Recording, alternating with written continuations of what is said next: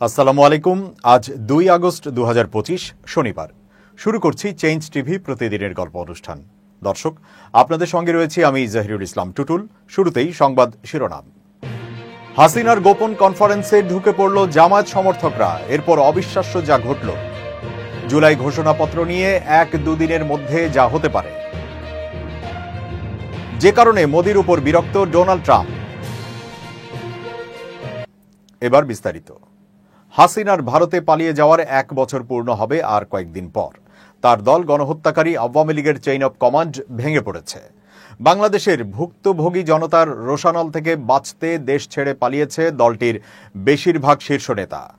তবে ভারতে পালিয়ে একা হয়ে পড়া স্বৈরাচার হাসিনার সময় কাটছে দলীয় নেতাকর্মীদের সাথে ভার্চুয়াল আড্ডায়। নিয়মিত এতে যোগ দেয় দেশ ছেড়ে পালানো ও আত্মগোপনে থাকা দলীয় খুনিরা। টেলিগ্রাম গ্রুপে গভীর রাত পর্যন্ত চলে এই আড্ডা। ভারতের মদদে অনলাইনে বসেই দেশবিরোধী ষড়যন্ত্র ও নানা নাশকতার পরিকল্পনা করা হয়। সম্প্রতি দলটির টেলিগ্রামে চাঁদাবাজির অভিনব এক পদ্ধতি নিয়ে তোলপাড় সৃষ্টি হয়।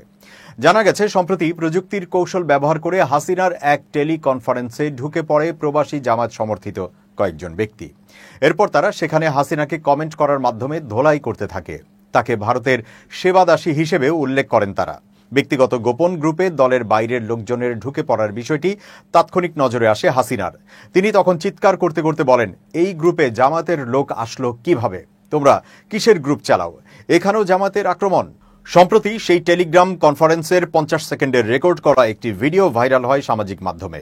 এতে একজনকে বলতে শোনা যায়, মনে হয় নেত্রী চলে গেছে। এ সময় পলাতক হাসিনাকে বলতে শোনা যায়, না না, নেত্রী আছে, যায় নাই, ডিস্টার্ব করছে, আর কিছু কিছু বাজে লোক ঢুকে আজে বাজে কথা বলছে। হাসিনা হুমকি দিয়ে আরো বলে, এরা পাকিস্তানি প্রেতাত্মাদের জারজ সন্তান, যারা এই সমস্ত জঘন্য কথা বলে। নামটাম সব লিখে রাখো, যারা আছে সব কটারে করাচিতে পাঠিয়ে দেব।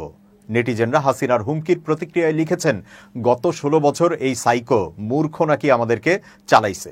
কি একটা অবস্থা! এই মহিলার ক্ষমতার লোভ বেশি, কথায় কথায় পাকিস্তান পাঠিয়ে দিবে। কেন, বাংলাদেশ কি তোর বাপ একলাই স্বাধীন করেছে? ফেসবুকে একজন ব্যঙ্গ করে লিখেছেন, মানে দেশ নেত্রীর সাথে এতক্ষণ মিটিংয়ে ছিলাম, নেত্রী অচিরেই ফিরে আসবেন। উনার মিটিংয়ে যারা ডিস্টার্ব করেছে তাদেরকে এসে তিনি সরাসরি ভিসাবিহীন পাসপোর্ট ছাড়াই করাচিতে পাঠিয়ে দেবেন বলে আশ্বস্ত করেছেন। পাকিস্তান ট্যুরে ফ্রিতে যেতে চাইলে বেশি বেশি ডিস্টার্ব করেন। 1 বছর ধরে হাসিনার দলের নেতাকর্মীদের যোগাযোগের মূল মাধ্যম হয়ে উঠেছে টেলিগ্রাম। এসব গ্রুপের কোনোটিতে 20 থেকে 30 হাজারেরও বেশি সদস্য রয়েছেন। প্রতিদিন রাত 9টা থেকে গভীর রাত পর্যন্ত এসব গ্রুপে মিটিং চলে।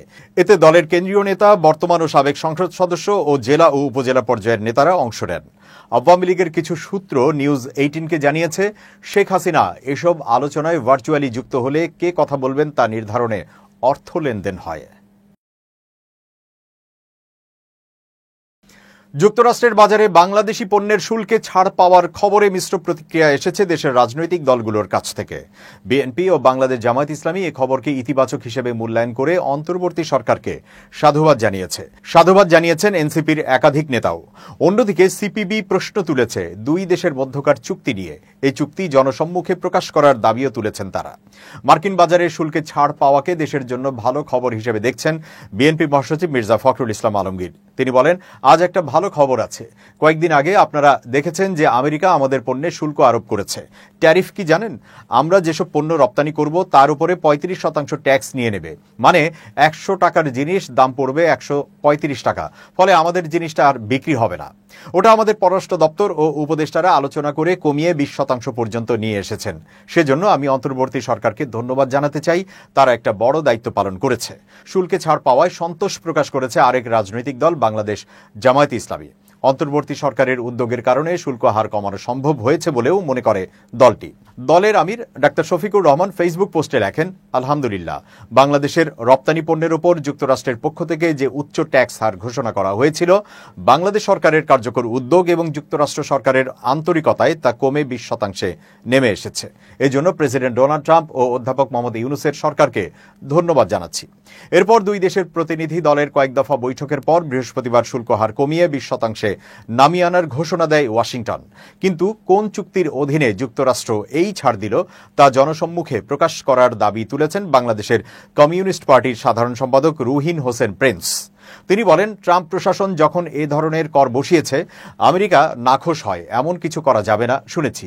যদি এ ধরনের কোনো অসম বা দেশের স্বার্থবিরোধী চুক্তির মাধ্যমে শুল্ক কমানো হয়, তাহলে সেটা জনগণের প্রকৃত কল্যাণ বয়ে আনবে না।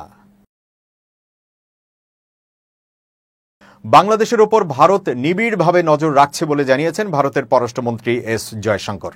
ভারতের জাতীয় স্বার্থ ও নিরাপত্তার জন্যই নয়াদিল্লি বাংলাদেশের ব্যাপারে বিশেষভাবে মনোযোগী বলেও উল্লেখ করেছেন তিনি। ভারতের পার্লামেন্ট লোকসভায় বর্ষাকালীন অধিবেশন চলছে। অধিবেশনে তাকে বিজেপির এক এমপি বলেন, সম্প্রতি ঢাকা বিশ্ববিদ্যালয়ে সালতানাতি বাংলা নামের একটি ইসলামপন্থী গোষ্ঠী তথাকথিত গ্রেটার বাংলাদেশ নামের একটি মানচিত্র প্রকাশ করে। ভারতের একাধিক রাজ্য সেই মানচিত্রে বাংলাদেশি ভূখণ্ড হিসেবে প্রদর্শন করা হয়। বিভিন্ন সূত্রে জানা গেছে যে সালতানাতি বাংলা নামের এই গোষ্ঠীটি তুরস্ক ভিত্তিক এনজিও টার্কিশ ইউথ ফেডারেশনের সহায়তা ও মদত পুষ্ট। আমরা এ ব্যাপারে কেন্দ্রীয় পররাষ্ট্রমন্ত্রীর দৃষ্টি আকর্ষণ করছি, অধিবেশনে বলেন ওই এমপি। জবাবে জয়শঙ্কর বলেন, আমরা এ ইস্যুতে বাংলাদেশ সরকারের সঙ্গে যোগাযোগ করেছি। সরকারি ফ্যাক্ট চেকার বাংলা ফ্যাক্টের বরাত দিয়ে বাংলাদেশের সরকার আমাদের জানিয়েছে যে 2025 সালের 14 এপ্রিল পহেলা বৈশাখ উপলক্ষে ঢাকা বিশ্ববিদ্যালয় ক্যাম্পাসে একটি ইতিহাস সম্পর্কিত প্রদর্শনীর আয়োজন করা হয়েছিল। সেখানে মধ্যযুগের বাংলার একটি মানচিত্র প্রদর্শন করা হয়েছিল। ওই প্রদর্শনীর যারা আয়োজক ছিলেন তারা বাংলাদেশ সরকারকে বলেছেন যে কোনো বিদেশি সংস্থা বা গোষ্ঠীর সঙ্গে তাদের সম্পর্ক নেই। বাংলাদেশ সরকারের পক্ষ থেকে আরও বলা হয়েছে, সালতানাতি বাংলা নামের কোনো সংগঠন বা গোষ্ঠীর অস্তিত্ব বাংলাদেশে নেই। আমরা জাতীয় স্বার্থ সংক্রান্ত বিষয়গুলোতে বাংলাদেশের প্রতি বিশেষভাবে মনোযোগী। ভারতের অভ্যন্তরীণ নিরাপত্তা সংক্রান্ত বিভিন্ন ইস্যুতে বাংলাদেশের ওপর আমরা নিবিড় নজর রাখছি এবং অভ্যন্তরীণ নিরাপত্তাকে সর্বোচ্চ গুরুত্ব দিয়ে আমরা এগোচ্ছি, বলেন জয়শঙ্কর। বিএনপির স্থায়ী কমিটির সদস্য মির্জা আব্বাস অভিযোগ করে বলেছেন, দেশের চলমান রাজনৈতিক প্রেক্ষাপটে নির্বাচন বানচালের গভীর ষড়যন্ত্র চলছে। তিনি স্পষ্ট করে জানান, হামলা মামলার ভয় দেখিয়ে বিএনপিকে দমিয়ে রাখা যাবে না। রাজধানীর যাত্রাবাড়ি এলাকায় জুলাই আগস্ট গণঅভ্যুত্থানের বর্ষপূর্তি উপলক্ষে আয়োজিত শহীদ স্মরণ সমাবেশে তিনি এসব কথা বলেন।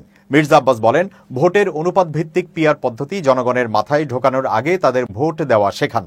নতুন পদ্ধতির কথা বলে বিভ্রান্তি সৃষ্টি করে লাভ নেই। নির্বাচন নিয়ে ষড়যন্ত্র হলে জনগণ তা প্রতিরোধ করবে। তিনি আরো বলেন, দেশের বর্তমান রাজনৈতিক পরিস্থিতি প্রমাণ করে গণতন্ত্র পুনরুদ্ধার এখন সময়ের সবচেয়ে বড় চ্যালেঞ্জ। তালেবানি কায়দায় নির্বাচন দেশে চলতে দেওয়া হবে না, জনগণ তা মেনে নেবে না। সরকারের দুর্নীতি নিয়ে প্রশ্ন তুলে মির্জা আব্বাস বলেন, যারা একসময় পেটে ভাত জুটাতে পারত না তারা এখন টাকার পাহাড় গড়েছে। আমরা জানতে চাই এত টাকা কোথা থেকে এলো। পুলিশের সাবেক মহাপরিদর্শক বেনজির আহমেদের ডক্টরেট ডিগ্রি স্থগিত করেছে ঢাকা বিশ্ববিদ্যালয় কর্তৃপক্ষ। তথ্যানুসন্ধান কমিটির প্রতিবেদনে বলা হয়েছে, ভর্তির যোগ্যতা পূরণ না করে doctor of business administration degree অর্জন করার সত্যতা পাওয়ায় ঢাকা বিশ্ববিদ্যালয়ের সর্বোচ্চ নীতি নির্ধারণী ফোরাম সিন্ডিকেটের এক সভায় এই সিদ্ধান্ত নেওয়া হয়েছে। গত 20 জুলাই সিন্ডিকেট সভা অনুষ্ঠিত হয়। 1 আগস্ট বিষয়টি জানাজানি হয়েছে।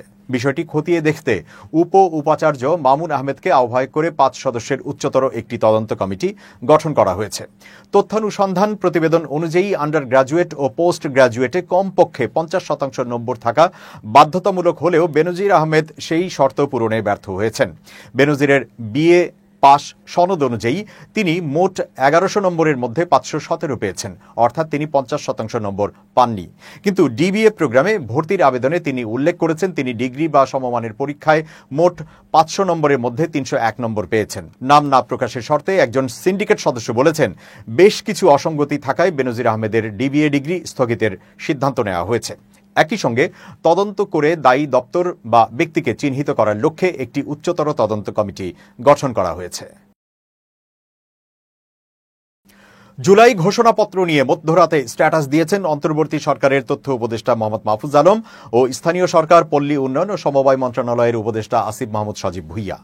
উপদেষ্টা মাহফুজ আলম নিজের ভেরিফাইড ফেসবুক আইডিতে লেখেন, জুলাই ঘোষণাপত্র এখন বাস্তবতা, 5 আগস্টের মধ্যেই ঘোষিত হবে ঘোষণাপত্র। ঘোষণাপত্র ইস্যুকে গণ আকাঙ্ক্ষায় বাঁচিয়ে রেখে এটা বাস্তবায়নের পথ সুগম করার জন্য সবাইকে ধন্যবাদ। অন্যদিকে উপদেষ্টা আসিফ মাহমুদ সজীব ভুঁইয়া নিজের ফেসবুক আইডিতে লেখেন, জুলাই ঘোষণাপত্র আসছে। জুলাই জাতীয় সনদ 2025 খসড়া প্রণয়ন করেছে জাতীয় ঐকমত্য কমিশন। বিভিন্ন রাজনৈতিক দল ও জোটের সঙ্গে সংলাপে উঠে আসা বিষয়গুলো নিয়ে খসড়াটি প্রস্তুত করা হয়। এদিকে অন্তর্বর্তীকালীন সরকার ইতোমধ্যে তাদের ঘোষণাপত্রের খসড়া চূড়ান্ত করেছে। এই খসড়ার একটি কপি বিএনপি, জামায়াত ইসলামী এবং জাতীয় নাগরিক পার্টি এনসিপির কাছে পাঠানো হয়েছে তাদের মতামত জানানোর জন্য। সরকারি একটি দায়িত্বশীল সূত্র জানিয়েছে, আগামী 5 আগস্টের আগেই যে কোনো দিন অন্তর্বর্তী সরকারের প্রধান উপদেষ্টা ডক্টর মোহাম্মদ ইউনূস খসড়াটি আনুষ্ঠানিকভাবে প্রকাশ করবেন।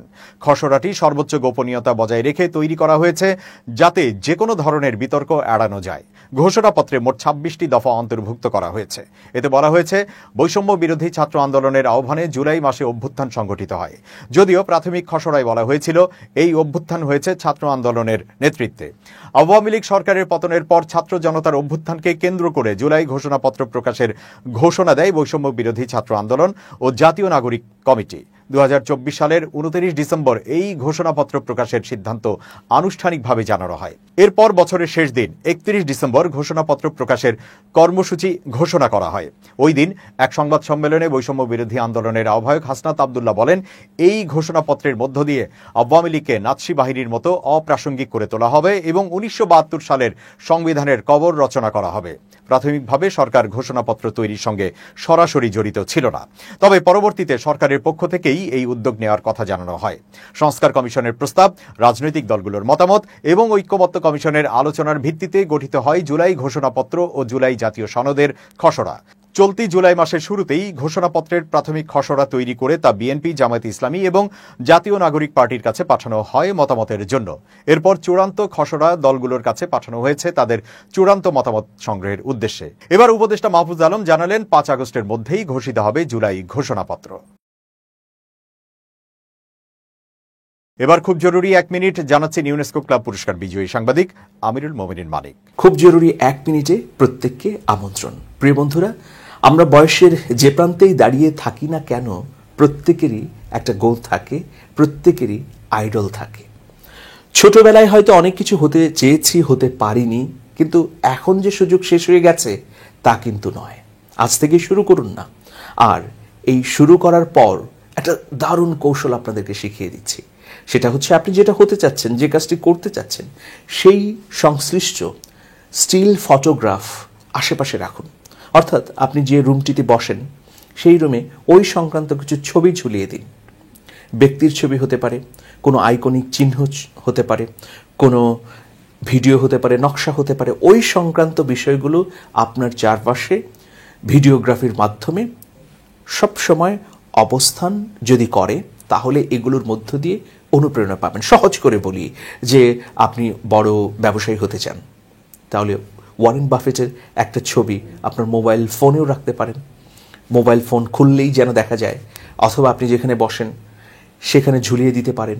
তাহলে বারবার ওই ব্যক্তির কথা মনে হবে যে তিনি পেরেছেন, আমি কেন পারবো না। আসুন এই ভিজুয়ালাইজেশন কৌশল অবলম্বন করে আমরা জীবনের সফলতার ক্ষেত্রে আরেক ধাপে এগিয়ে যাই। ভালো থাকবেন, শুভেচ্ছা নিরন্তর। এবার দেশের বাইরের খবর। ভারতের উপরে বিরক্ত মার্কিন প্রেসিডেন্ট ডোনাল্ড ট্রাম্প, এমনই দাবি মার্কিন পররাষ্ট্র সচিব মার্কো রুবিওর। তিনি জানিয়েছেন, স্ট্র্যাটেজিক পার্টনার ভারত রাশিয়ার থেকে তেল কেনা অব্যাহত রেখেছে, যা ইউক্রেনের সঙ্গে যুদ্ধে মস্কোকে রসদ জুগিয়ে গিয়েছে। তবে এটাই তার বিরক্তির একমাত্র কারণ নয়। রুবিওর দাবি কারণ আরও রয়েছে। ফক্স রেডিওকে দেওয়া এক সাক্ষাৎকারে তিনি জানিয়েছেন, অন্য দেশ থাকতেও রাশিয়ার থেকে তেল কেনা অব্যাহত রেখেছে নয়াদিল্লি, যা পুতিনের দেশকে ইউক্রেনের সঙ্গে লড়াই জুগিয়ে যাওয়ার ক্ষেত্রে তহবিল ভরাতে সাহায্য করছে। রুবিওর কথায়, ভারতের প্রচুর জ্বালানি চাহিদা রয়েছে। এর মধ্যে রয়েছে তেল, কয়লা, গ্যাস ও অন্যান্য জিনিসপত্র কেনার ক্ষমতাও, যা অর্থনীতিকে শক্তিশালী করার জন্য অন্যান্য দেশের মতোই প্রয়োজন। তারা রাশিয়া থেকে তেল কেনে কারণ রাশিয়ার তেল অনুমোদিত এবং সস্তা। নিষেধাজ্ঞার কারণেই ওরা বিশ্ববাজারের দামের নিচেই বিক্রি করছে। দুর্ভাগ্যবশত এটা রাশিয়ার যুদ্ধ প্রচেষ্টাকে টিকিয়ে রাখতেই সাহায্য করছে। তবে এটাই ভারতের প্রতি আমাদের একমাত্র বিরক্তির কারণ নয়। 1 আগস্ট থেকে ভারতের উপর 25% আমদানি শুল্ক আরোপ করেছেন মার্কিন প্রেসিডেন্ট। এদিকে বাণিজ্য চুক্তিও থমকে রয়েছে। এর কারণ আমেরিকা চায় কৃষি, দুগ্ধ সহ খাদ্য উৎপাদন ক্ষেত্রে ঢুকে পড়তে। কিন্তু বিশেষ করে কৃষি যদি মার্কিন পুঁজিপতিদের হাতে চলে গিয়ে কৃষিক্ষেত্রে কর্পোরেটাইজেশন হয়ে যায়, তাহলে ভারতীয় কৃষিজীবীদের গ্রাসচ্ছেদনেই সমস্যায় পড়ে যাবে। আর এটা মোদী সরকারও ভালোই জানেন।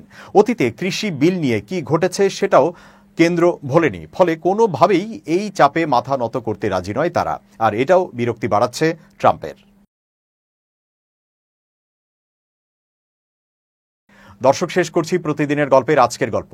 changetv.press বাংলাদেশের ইউটিউব জার্নালিজমের অগ্রদূত। ভিজিট করুন এর ওয়েবসাইট www.changetv.press, youtube.com/changetvpress এবং সাবস্ক্রাইব করুন চ্যানেলটি। নিয়মিত লাইক, কমেন্ট ও শেয়ার করে আপডেট রাখুন নিজেকে। ভালো থাকুন, নিরাপদে থাকুন, শুভেচ্ছা নিরন্তর। changetv.press, এক ফোঁটা হলুদও নেই।